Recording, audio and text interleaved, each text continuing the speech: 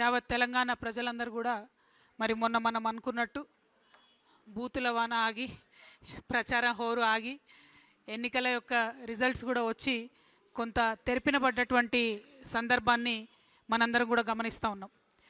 మరి ఇందులో ప్రధానంగా చూసుకున్నట్టయితే అసలు ఎన్నికల్లో ప్రజలకు ఇచ్చినటువంటి ఏ ఒక్క హామీని కూడా నెరవేర్చినటువంటి కాంగ్రెస్ పార్టీ మొదటి స్థానానికి రావడం, మరి మేమే తెలంగాణ తెచ్చినాం కాబట్టి మేమే అంతటా నంబర్ 1 ఉన్నాం కాబట్టి ప్రజలకు మేము ఎనలేని సేవ చేసినాం, లిటరల్లీ ప్రజలు మాకు గుడి కడుతుర్రు అని చెప్పుకునేటటువంటి బీఆర్ఎస్ పార్టీ చాలా చోట్ల 3వ స్థానానికి, కొన్ని చోట్ల 4వ స్థానానికి పడిపోవడం, అసలు తెలంగాణతో సంబంధం లేకుండా ఒక్క రూపాయి కూడా తెలంగాణ ప్రజలకు పెట్టినటువంటి భారతీయ జనతా పార్టీ మరి ఎక్కడుందో అర్థం కాకుండా చాలా కన్ఫ్యూజ్డ్ మ్యాండేట్తోని ఒక్క కరీంనగర్ కార్పొరేషన్ గెలుచుకోవడానికి అష్ట కష్టాలు పడుతున్నటువంటి సందర్భం చూడడం జరుగుతూ ఉంది. మనం అంటే ఇందులో మాలాంటి న్యూ ప్లేయర్స్ అనుకోకుండానే మాట ఎందుకంటున్నా అంటే తెలంగాణ అస్తిత్వ పరిరక్షణ కోసం 20 సంవత్సరాలుగా పనిచేస్తున్నటువంటి జాగృతి, అనేక తెలంగాణ అంశాల కోసం పనిచేస్తున్నటువంటి జాగృతి,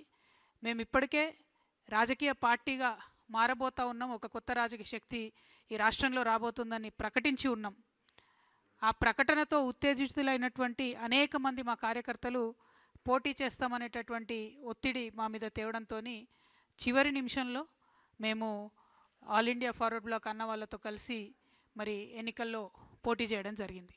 సో కోఆర్డినేషన్ కానీ ఏది కానీ లేకపోతే క్యాండిడేట్స్ ఐడెంటిఫికేషన్ కావచ్చు, వారికి అసలు మా తరఫు నుండి సహకారం కావచ్చు, ఏ రకంగా కూడా లేకుండానే ప్రజలు దాదాపుగా 40+ ప్లేసెస్లో జాగృతి ఆల్ ఇండియా ఫార్వర్డ్ బ్లాక్ వారిని గెలిపించినందుకు ముందుగా ప్రజలకు ధన్యవాదాలు తెలియజేస్తాము. 33 అఫీషియల్గా మనకు నంబర్ కనబడుతుంది. చాలా దగ్గరగా టెక్నికల్గా ఏం జరిగిందంటే ఇండిపెండెంట్స్ అని చెప్పి బీఫామ్ నింపినటువంటి వాళ్ళు మళ్ళీ మనం తర్వాత బీఫామ్ ఇవ్వచ్చు అనుకుంటే అట్లా కుదరక చాలామంది గెలిచి ఉన్నారు. ఆ ఇండిపెండెంట్స్ అందరు కూడా జాగృతితోని ఆల్ ఇండియా ఫార్వర్డ్ బ్లాక్తో ఉన్నటువంటి వాళ్ళు అందరినీ కూడా లెక్కేసుకుంటే మనకు 40+ వచ్చినారు.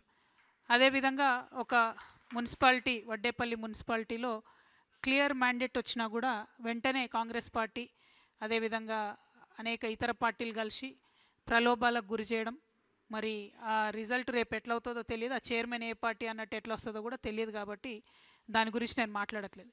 ఇంకొక చోట మా వాళ్ళు కీలకంగా ఒకటే సీటు గెలిచారు కాబట్టి అక్కడ వైస్ చైర్మన్ కూడా ఆఫర్ చేస్తూ ఉన్నారు. దాని మీద అక్కడ లోకల్ వాళ్ళనే ఆలోచించుకోమని చెప్పినాం. ఎందుకంటే 2-3 పార్టీలు ఆఫర్ చేస్తున్నాయి, వాళ్ళకు ఎవరితో వెళ్ళాలో లోకల్ వాళ్ళే డిసైడ్ చేసుకోవాలని చెప్పడం జరిగింది. సో అల్టిమేట్గా ఒక అబ్జర్వర్గా, ఒక తెలంగాణ ఆడబిడ్డగా ఈ ఎన్నికల వాతావరణం అంతా చూస్తే కూడా ఒక రకంగా బాధాకరంగా ఉంది. ఎందుకంటే ముఖ్యమంత్రి గారు పోయినసారి ఎన్నికలలోనే నేను చెప్పడం జరిగింది, మీరు కంప్లీట్గా చట్టాలను ఉల్లంఘించి ఎలక్షన్ కమిషన్ యొక్క అన్ని రకాలైనటువంటి పరిమితుల్ని అధిగమించి మీరు పంచాయతీలలో ఎన్నికలైనప్పుడేమో ప్రభుత్వ ఖర్చుతోని మున్సిపాలిటీలలో ప్రచారం చేస్తున్నారు, మున్సిపాలిటీలలో ఎన్నికలైనప్పుడేమో ప్రభుత్వ ఖర్చుతోని మీరు గ్రామాలలో ప్రచారం చేస్తున్నారు. ఏ రకంగా చూసినా మీరు అన్ని రకాలుగా రాజ్యాంగబద్ధమైనటువంటి చట్టాలన్నింటినీ అతిక్రమిస్తూ ఉన్నారు. దానికి ఎలక్షన్ కమిషన్ ఏమనట్లేదు, దానికి ప్రధాన ప్రతిపక్షం ఏమంటలేదు. అవి ఒక పక్కన పెడితే అసలు పట్టణాలలో కాంగ్రెస్ పార్టీ చేసిన అభివృద్ధి ఏంది అనే ప్రశ్న కూడా వేయడం లేదు. పైగా మున్సిపల్ శాఖ మంత్రిగా కేటీఆర్ గారే ఉన్నారు. అంతకుముందు నేను మున్సిపల్ శాఖ మంత్రిగా మొత్తం అన్ని మున్సిపాలిటీలని తీర్చిదిద్దినా అని చెప్పినటువంటి కేటీఆర్ గారు మరి అలా 16 స్థానాలు వచ్చాయా 17 స్థానాలు రాగానే మాకు ఈ మాత్రం వచ్చుడే ఎక్కువ, ఆనాడైతే కాంగ్రెస్కి అది కూడా రాకుండా చేసినాం మేమని చెప్పి ఆయన చెప్తా ఉన్నారు. అంటే ఒక విచిత్రమైన స్థితి ఈ రాష్ట్రంలో నెలకొన్నది. డెఫినెట్గా ఈ రాష్ట్రంలో ప్రజలు మాలాగా కొత్తగా ఒక మంచి ఎజెండాతో వచ్చే వాళ్ళకు స్వాగతిస్తారనేటటువంటి విషయాన్ని నిన్నటి ఎన్నికల ఫలితాలు రుజువు చేసినాయని చెప్పి నేను బలంగా నమ్ముతా ఉన్నా. At the same time Congress party గౌరవ ముఖ్యమంత్రి గారు నిన్న మాట్లాడుకుంటూ నేనే రాజు నేనే మంత్రి అనేటటువంటి మాట మాట్లాడినారు. అంతేకాకుండా నేను 10.5 సంవత్సరాలు నేనే ముఖ్యమంత్రిగా ఉంటా, నాకు ఒక 6 నెలలు బోనస్ వస్తుంది అంటున్నాను. 6 నెలలు మీకు బోనస్ వచ్చడేమో కానీ రైతులు బోనస్ రాక ఏడుస్తున్నారు అక్కడ. ఆ ముచ్చట మాట్లాడండి ముఖ్యమంత్రి గారు మీరు. ఇంకో పక్కనేమో రాజగోపాల్ రెడ్డి గారు మంత్రి పదవి ఇస్తావా లేకపోతే ముఖ్యమంత్రి పదవి గుంజుకోవా అని ఆయన సవాల్ చేస్తుండు, బస్తీ మీద సవాలని. ముందు ఆ పనులు చూసుకోండి మీరు. ఈ రెండిటికన్నా ముఖ్యమైనది ఏంటంటే మీరు ప్రజలకు ఇచ్చినటువంటి వాగ్దానాన్ని దయచేసి దృష్టి పెట్టండి. బీఆర్ఎస్ పార్టీ అట్టర్గా ఫెయిల్ అయింది కాంగ్రెస్ పార్టీ యొక్క తప్పుల్ని ఎక్స్పోజ్ చేయడంలో. అందుకే కాంగ్రెస్ పార్టీకి ఈ మున్సిపాలిటీస్లో బెటర్ రిజల్ట్ వచ్చిందని నేను అనుకుంటా ఉన్నా. లేకపోతే ప్రజలు మాత్రం ఆల్టర్నేట్ లేక వేసిరు తప్పితే ఉండి కాదు. ఇక సరే, మనం రాజకీయ శక్తిగా వస్తామనగానే బీఆర్ఎస్ పార్టీ నుండి అనేక మంది సోషల్ మీడియాలో కావచ్చు, ఇంకో చోట కావచ్చు, రకరకాలుగా ట్రోలింగ్ చేస్తూ ఉన్నారు.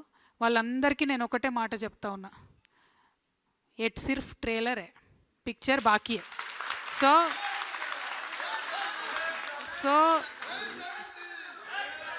సో ఇప్పుడే ఇప్పుడే ఇప్పుడే తొందరపడి మాట జారకండి, కారు కూతలు కుయ్యకండి. ఇప్పటికన్నా సరిదిద్దుకోండి. ఉద్యమకారులను పట్టించుకోలేదు. వాళ్ళ పక్షాన్ని నేను మాట్లాడితే ఎటువడతట్టు నా మీద మాట్లాడుతూ ఉన్నారు. మీరు పట్టించుకోకపోగా కాంగ్రెస్ ఇస్తానన్న వాగ్దానాలు నెరవేర్చడం కోసం నేను మాట్లాడితే ఉల్టా నా మీద మాట్లాడితే ఏమవుతుందంటే గిట్లనే అవుతుంది రిజల్ట్. కాబట్టి సరి చేసుకోండి, మీ పద్ధతులు సరి చేసుకోండి, ఆరోగ్యన్స్ తగ్గించుకోండి, ప్రజల మధ్యలో ఉండే ప్రయత్నం చేయండి.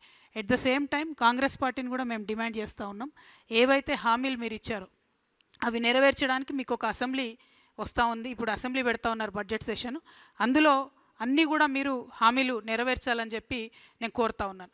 ఇంకొక విచిత్రమైన పరిస్థితిని మనం గమనించాం. ఇక్కడ ఒక్కొక్క మున్సిపాలిటీలో ఒక్కొక్క రకమైన పొత్తు, కానీ మేజర్ మున్సిపాలిటీల్లో మాత్రం నార్త్ మొత్తంలో కూడా బీజేపీ బీఆర్ఎస్ అన్నట్టుగా కనబడుతూ వచ్చింది. సౌత్ మొత్తం కాంగ్రెస్ ఎక్కువ కనబడ్డది. నేను ఇదివరకు కూడా చెప్తూ వచ్చిన నా పొలిటికల్ అబ్జర్వేషన్ ప్రకారం బీజేపీ బీఆర్ఎస్ పొత్తుకు ఇది తొలి మెట్టుగా నేను భావిస్తూ ఉన్నా.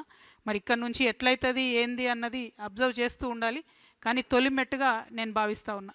ఇంకొక మాట కూడా నేను చెప్తా ఉన్నా, నిన్న కేటీఆర్ గారు మాట్లాడుతూ సిపిఐ పార్టీ కార్మికుల హక్కుల కోసం బాగా పనిచేసింది కాబట్టి కొత్తగూడెంలో నేను ఓపెన్ ఆఫర్ ఇస్తున్నా అని చెప్పారు.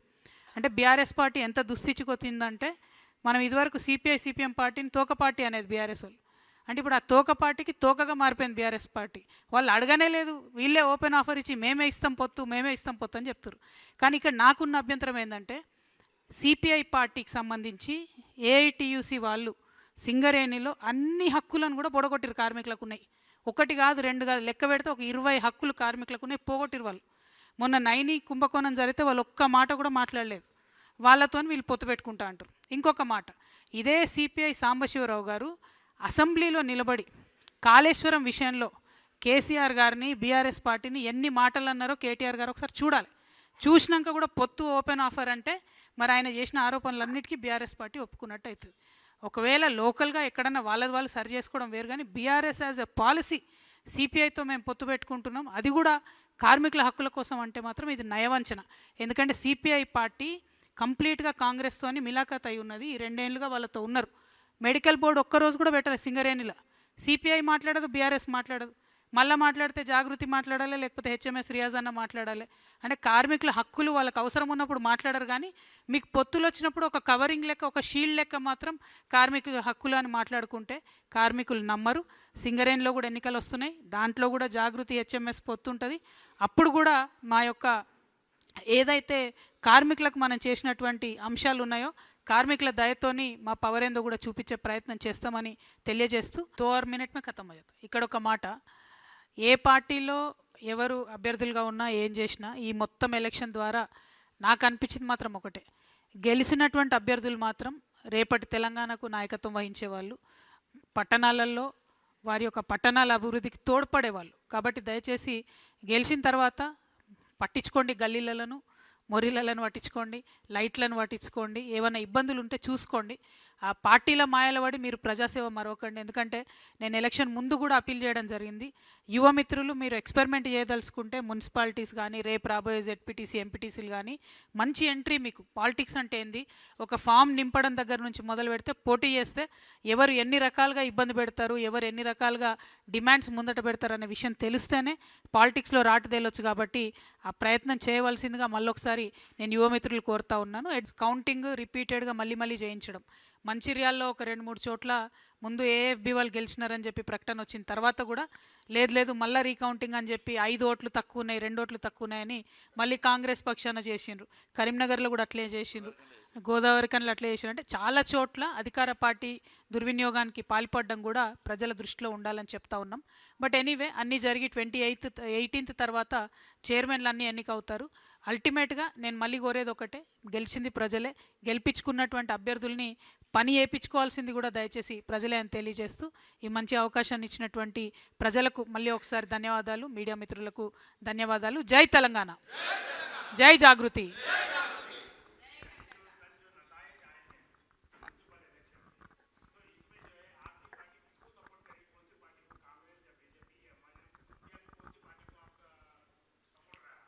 हमारा सपोर्ट एक नारायणपेट में ज़रूरत पड़ रहा ना उन्हों, क्योंकि दोनों आधा आधा जीते, हमारे एक कैंडिडेट जीते, तो उनको वो लोकल वालों पे छोड़ दिया ना. लोकल जो पार्टी को सपोर्ट करना चाहते, लोकल लीडरशिप वहाँ सपोर्ट करते.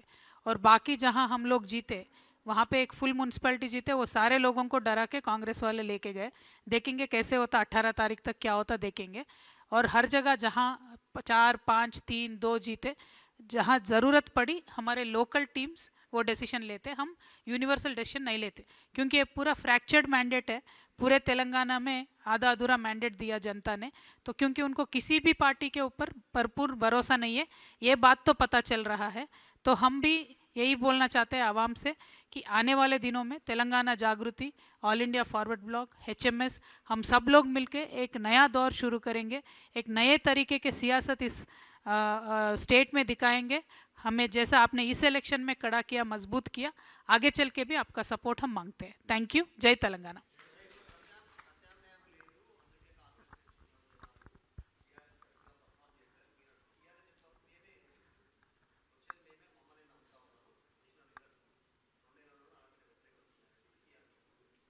అంటే అంతకుముందు కాంగ్రెస్ ఆపోజిషన్లో ఉన్నప్పటి ఓట్లతో కంపేర్ చేసుకొని కేటీఆర్ గారు ఆ మాట చెప్తా ఉన్నారు. అప్పుడైతే వాళ్ళకి 5% కూడా రాలే, మాకు ఇప్పుడు కనీసం 16 మున్సిపాలిటీలు వచ్చినాయని చెప్తా ఉన్నారు. కానీ నేననేది ఏంటంటే, అంతకుముందు బీఆర్ఎస్కు ఉన్న సీట్లతో పోల్చుకొని చూస్తే ఇది ఎంత పర్సెంట్ పడిపోయినట్టు. 90% ఉన్నటువంటి వాళ్ళు 16 మున్సిపాలిటీస్లోకి వచ్చిరంటే ఎక్కడ మిస్టేక్ జరుగుతుంది, ప్రజల ప్రేమ ఎట్లా కోల్పోయినారు. సరే, ఎంతో కొంత అధికార పార్టీ ఇన్ఫ్లుయెన్స్ ఉంటుంది, ఉండదని కాదు. కానీ మొత్తం మీరు బీఆర్ఎస్ పార్టీ యాజ్ ఎ ప్రతిపక్షంగా మీరు ఒకసారి ఆలోచించి చూస్తే, రాష్ట్ర నాయకులు అన్ని చోట్లకు వెళ్ళి క్యాంపెయిన్ చేయడం కానీ, లేకపోతే ఇప్పుడు మా నిజామాబాద్ ఉంది, నేను కంప్లీట్గా హ్యాండ్స్ ఆఫ్ అని చెప్పి ఉన్నా. మన జాగృతి వాళ్ళు పోటీ చేసిన కాడ అక్కడో ఇక్కడో తృణమో పనమో వాళ్ళకు మేము మాట సాయంగా నిలబడ్డం కానీ, మిగతా మేము హ్యాండ్స్ ఆఫ్ అని చూసినాం అన్ని చోట్ల. మీరు తెలుసు, మేము ఎక్కడ ప్రచారం చేయలేదు. అక్కడ కనీసం చూస్తే కోఆర్డినేషన్ కానీ, స్టేట్ లీడర్షిప్ మాట్లాడడం కానీ ఏది కానీ లేదంటే లిటరలీ నిన్న మొన్నటిదాకా పనిచేసిన క్యాడర్ని గాలికి వదిలేసినటువంటి పరిస్థితి కనబడింది. అందుకే రిజల్ట్ 1 సైడెడ్గా కాంగ్రెస్కి పోయింది. నార్దర్న్ తెలంగాణలో బీజేపీకి ఫేవర్గా రిజల్ట్ వచ్చేటట్టుగా డిజైన్ జరిగింది అని నాకు ముందు నుండి అనుమానాలు ఉంటే నేను ఇప్పుడు మళ్ళీ అదే వ్యక్తం చేస్తా ఉన్నా. అందుకే అన్నా నేను బీఆర్ఎస్ బీజేపీ యొక్క కాంబినేషన్కి ఇది తొలిమెట్టులా కనబడుతుందని అందుకే అన్నాను తప్ప ఊరికే అనలేదు. సో మీరు అనలైజ్ చేసి చూసినట్టయితే కంప్లీట్గా వదిలేసారు. అంతకుముందు మంత్రులుగా ఉన్నటువంటి వాళ్ళు ఎక్కడ బాధ్యత తీసుకొని పనిచేసారు. అంతకుముందు మంత్రులుగా ఉన్నటువంటి వారు కేటీఆర్ గారు కానీ ఎన్ని చోట్లకు పర్యటన చేసి ఎక్కడెక్కడ ప్రచారం చేసారు. అంటే you are a big party కదా, మెయిన్ పొలిటికల్ ఆపోజిషన్.